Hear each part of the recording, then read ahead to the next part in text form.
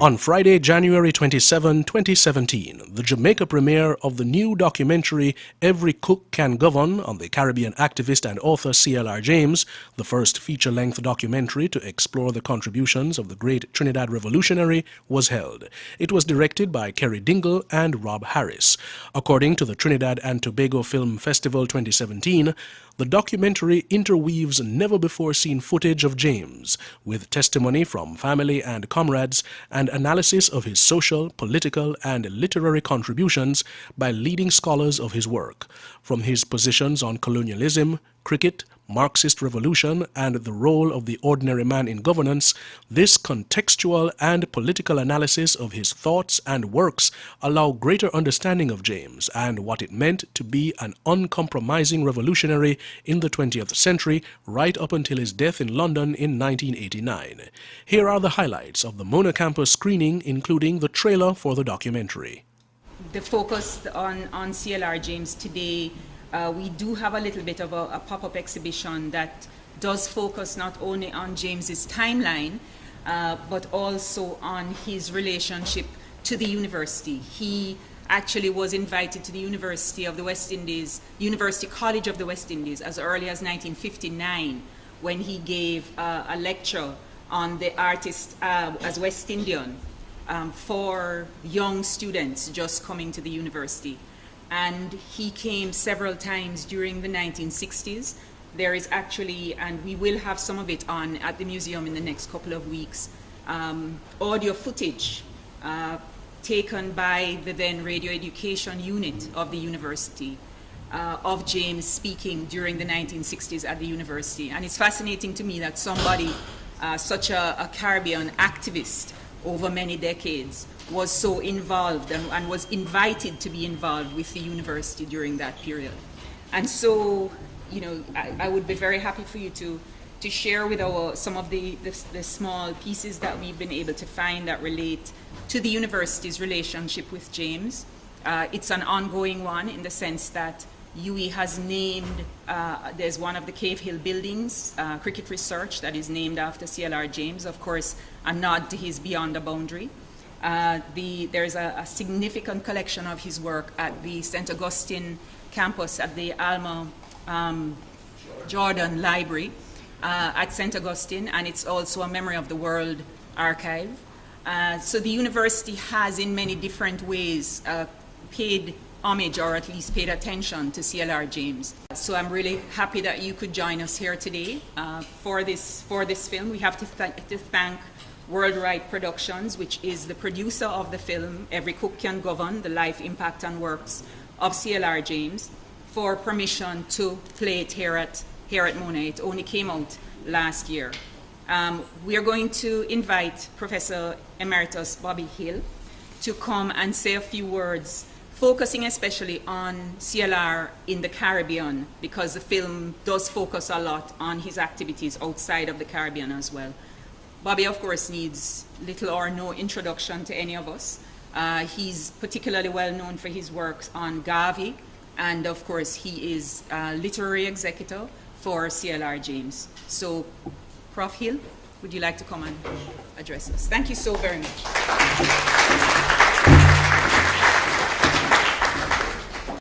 Let's take a little break here, and we'll rejoin the professor when we return.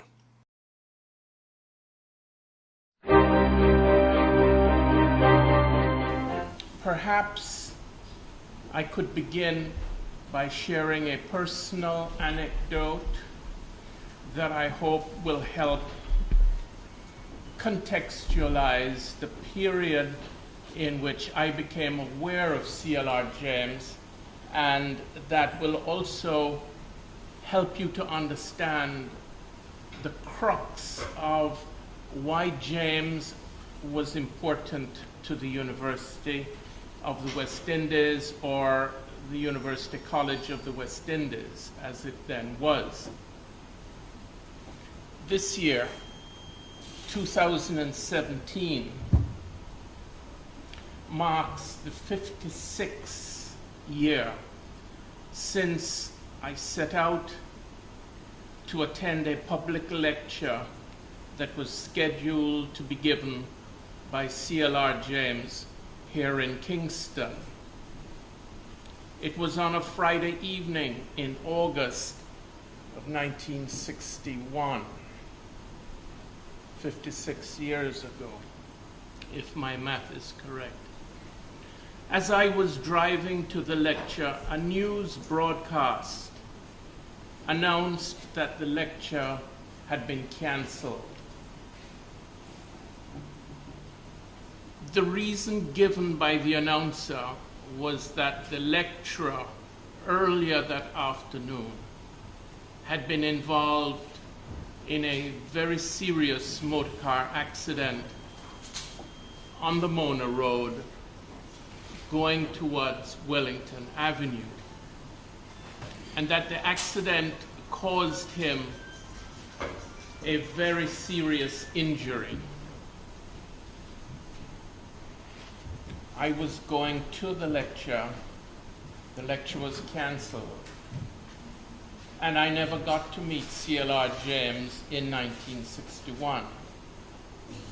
I met him subsequently while I was a student in London in 1963, when Norman Gervin, who was a fellow student, a graduate student, I was an undergraduate, at the London School of Economics, suggested it might be a good idea to go along with him to hear CLR James speak. So the man I didn't hear speak in 61, I eventually heard him speak. It was May or June of 1963 at the hall of the Quakers in Paddington in London. The accident took place somewhere between the Mona Road approaching Wellington Drive. It involved a head-on collision between a truck traveling in the opposite direction. I subsequently found out the name of the person who was driving the car. He happened to be a good friend of my family, but I think if you took it upon yourself to drive in a car with him, you were taking a little bit of a chance.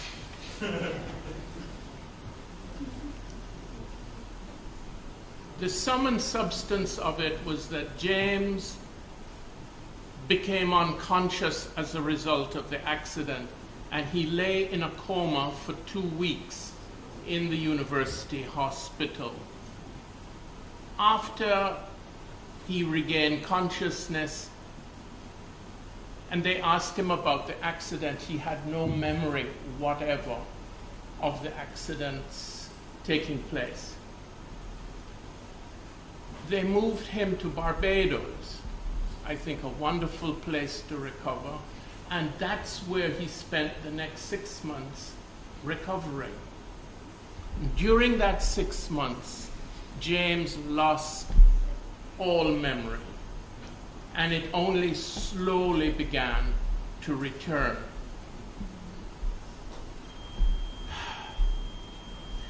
Persons who knew James, both before the accident and after, remarked to me that after the accident, he was a mere shadow of the former James. And that was the introduction that I had to James, because I didn't know him before the accident. Now, this period is critically important to James's West Indian legacy.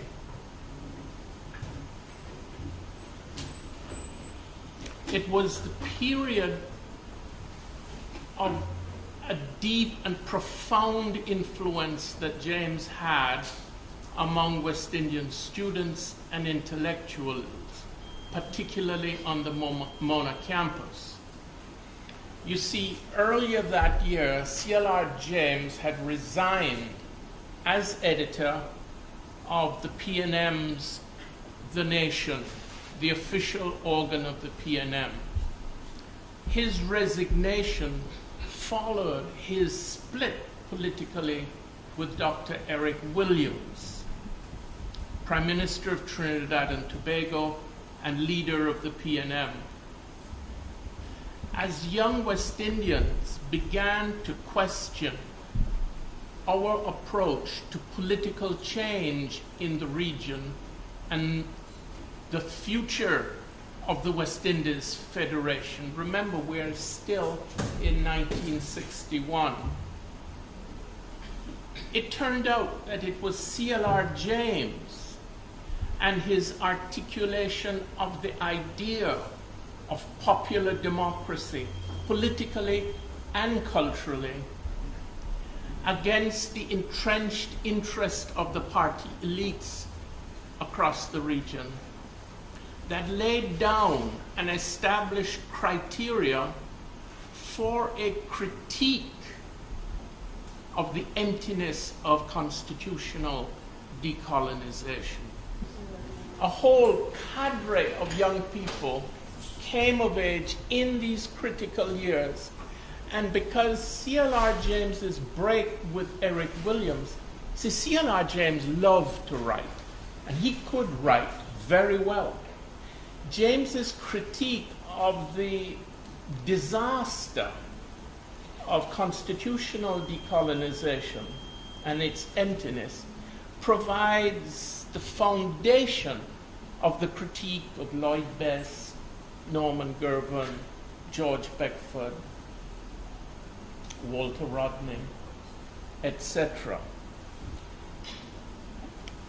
In fact, the month after James's motorcar accident, Jamaica voted in the September 1961 the fateful referendum regarding staying in the West Indies Federation or leaving.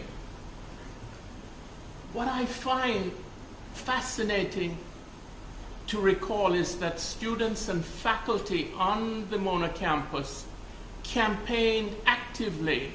The undergraduate, the name of the undergraduate student body is the Guild. The Guild campaigned across Jamaica in favor of staying in the West Indies Federation. In fact, I came across a report in which Walter Rodney was speaking at a public meeting in Montego Bay, urging his audience to vote yes in the referendum. This is the period when, you might say, the Caribbean nation, mentally, spiritually, had come of age.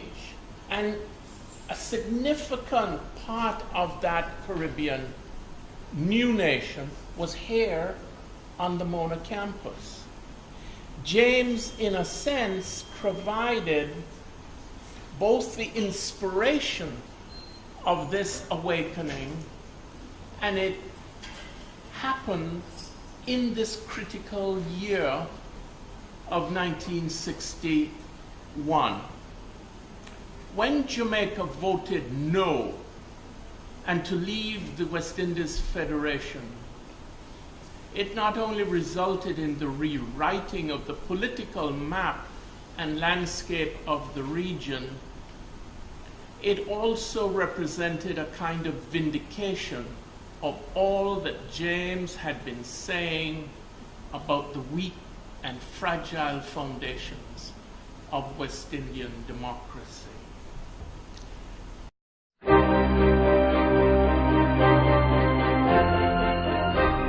My first query was, when did you start planning and preparing the production of the film? And she writes back, World Right, our education charity, and World Bites, our citizen TV project, had been making little videos about history makers back in 2010.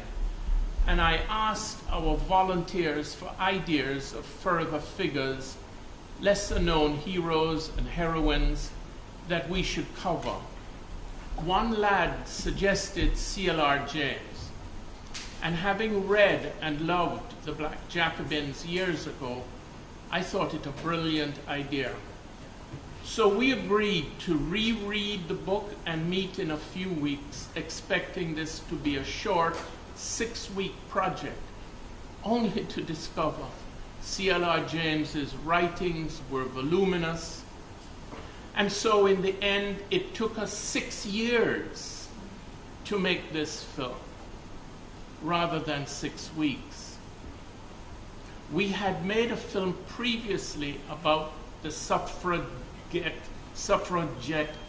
heroine and internationalist Sylvia Pankhurst, and learned the hard way by picking up cameras too soon, only to find, as we started reading Sylvia's own works, that the interviews we'd filmed didn't represent her at all, and we had to start all over again. This time, we had to get it right, and so we read all of CLR James's books and collected volumes, 11 of them, and many papers and articles.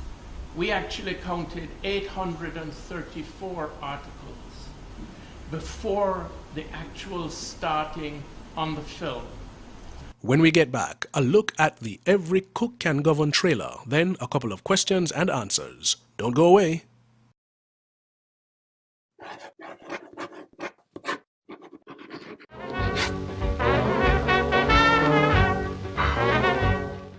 Years of cricket had given him a lot of physical confidence, and I think he must have been stunning, basically. Indeed, Bloomsbury seemed head over heels for James. James says the world went political and I went with it. So I went not to the Labour Party, but to the Independent Labour Party as a Trotskyist. Cricket, politics, intermingled in the experience of CLR James in Nelson. James leads the anti-fascist movement on behalf of Ethiopia in Britain in 1935. Imagine a guy coming from Trinidad in 1932, and by 1936 is writing a book on world revolution. James tells us it's a success story, the story of the only successful slave-led revolution in history. The real wellsprings of social change didn't come from toffs in frill shirts and velvet coats, but came from the movement of the people. Black Afro-Caribbeans were changing the world. He went to Mexico to talk to Trotsky, and on his way back, he took a bus from New Orleans up through southern United States and into New York, and he did not know the codes. What he's really saying is, yes, I face racism, I face discrimination here as a black man in America, but not from Hitler, from you. He turned his back on a comfortable life in Britain as a cricket correspondent, as an author. It struck me from the nature of his life, the nature of his ideas. He had been an artist who became a revolutionary. James seized upon the idea of describing life on Ellis Island among the detainees. It's quite a dramatic story. It's the height of the Cold War. Then every school child will be taught the name, Caressa who acquired unrivaled fame. And if you're resisting English culture and rule, then logically you should resist cricket. But no. James does talk about geniuses, and he does it unapologetically. CLR wanted to make Frank world captain, and he had a newspaper to do it with. We beat the Stalinists, And he's talking in the 1980s, and many people were kind of depressed about the disintegration of the Soviet Union. Ultimately, it's the story of the West Indian abroad. Every cook can govern.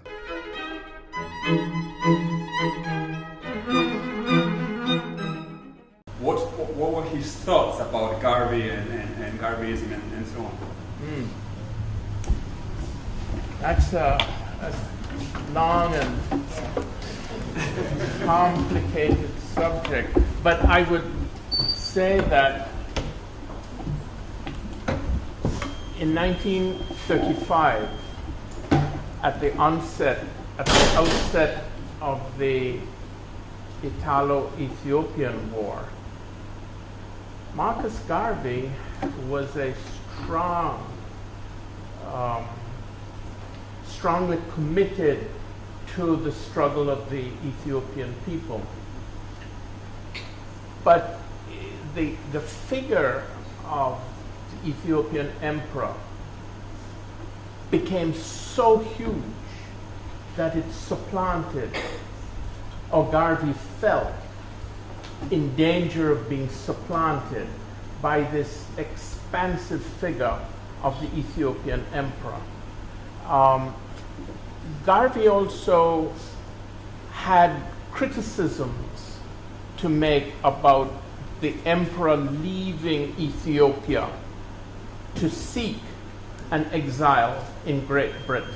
And somehow Garvey felt that the emperor had made a big mistake and claimed that the emperor had not only left Ethiopia, but that he had betrayed Ethiopia, and that and these were Garvey's words, he was a coward by virtue of leaving Ethiopia. At that point, Garvey's own organization and followers began to abandon Garvey and to repudiate Garvey for the harsh statements that he had made about the emperor of Ethiopia. In other words, at this moment, the Black International rallied around the emperor, and Garvey became very marginal.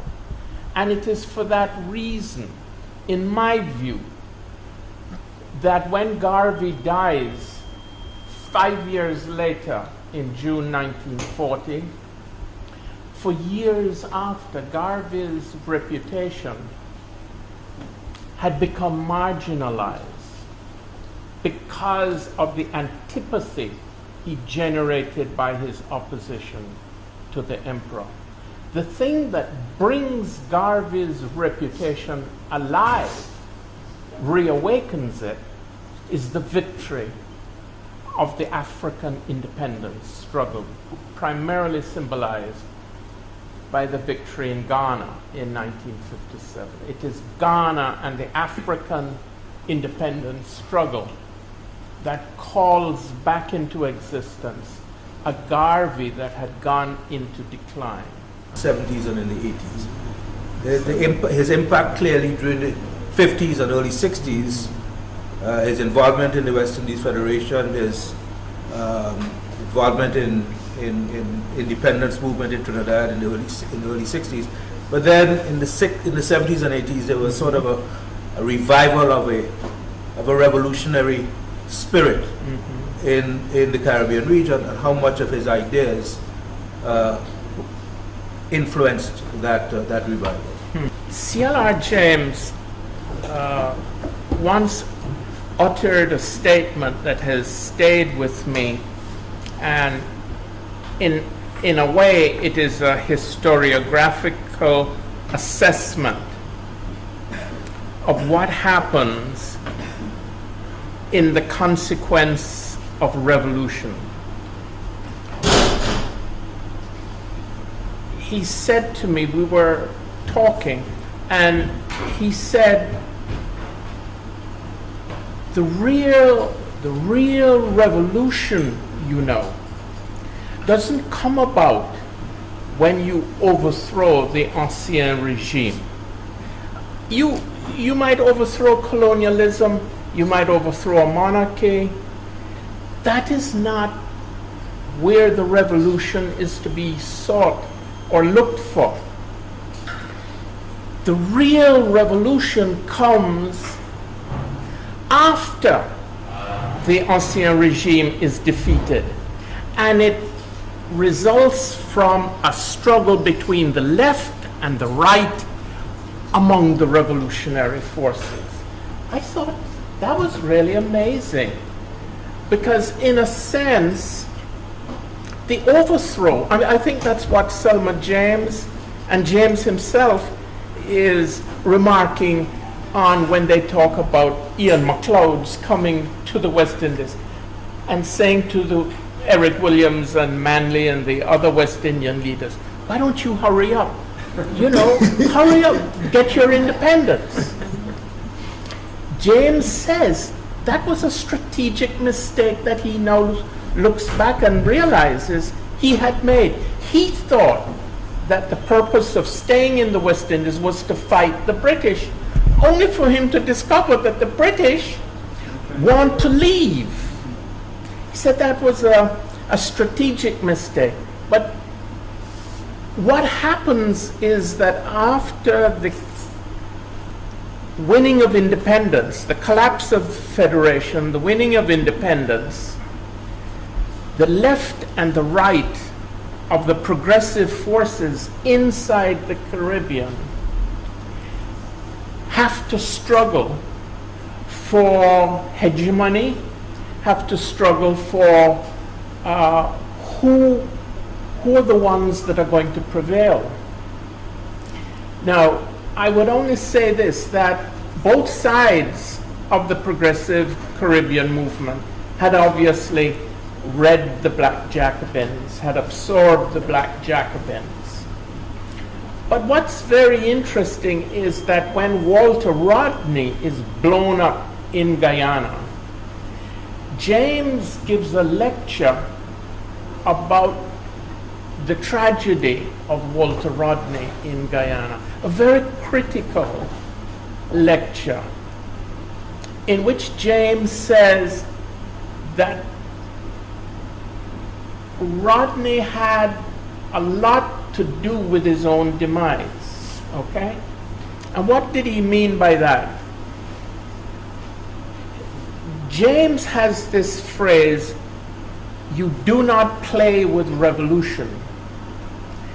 James has criticized the progressive movement of the 70s and 80s in the Caribbean, of playing with revolution. On the one hand, we don't realize fully what we're getting ourselves into. And so the backlash of the reaction of the established order, nationally and internationally, as in the case of Michael Manley here in Jamaica. When that backlash hits, we seem surprised. We seem we didn't expect it. But James also feels, and this is a thing that doesn't come through clearly, James was this mixture of a Leninist and an anti-Leninist. James felt if you want to intervene in the social and political struggle, prepare for the seizure of power. He felt that in the case of Guyana, that was something that Walter Rodney only began to understand late in the game. But at any rate, what I would end by saying is that James identified himself as a revolutionary of the West Indies, for the West Indies, and in the West Indies. His return to the West Indies in the 70s in a sense, came at a time when, as you can see from the film, he was very feeble. A lot of that feebleness, I should point out to people in the audience here, was the result of that car accident that took place out here on the Mona Road, you know, in 1971. 61. That accident made him very frail, and that's what you're seeing in the film. It's a pity that the James who returned to the West Indies was really physically and mentally very enfeebled. But he certainly played a part. My last, and I'll end on this, my last conversation with CLR James was by telephone. At that time, because of immigration problems that I had in the United States, I couldn't travel for 10 years. And so we'd speak by phone. And I asked him, I said, Nello, what do you want us to put on your gravestone, on the headstone? And he said, oh, that's easy. He said, just say that I'm a West Indian who played my part, or did my part, and that's all. He was a West Indian who did his part. You've just seen highlights of the screening of Every Cook Can Govern. Hope you enjoyed.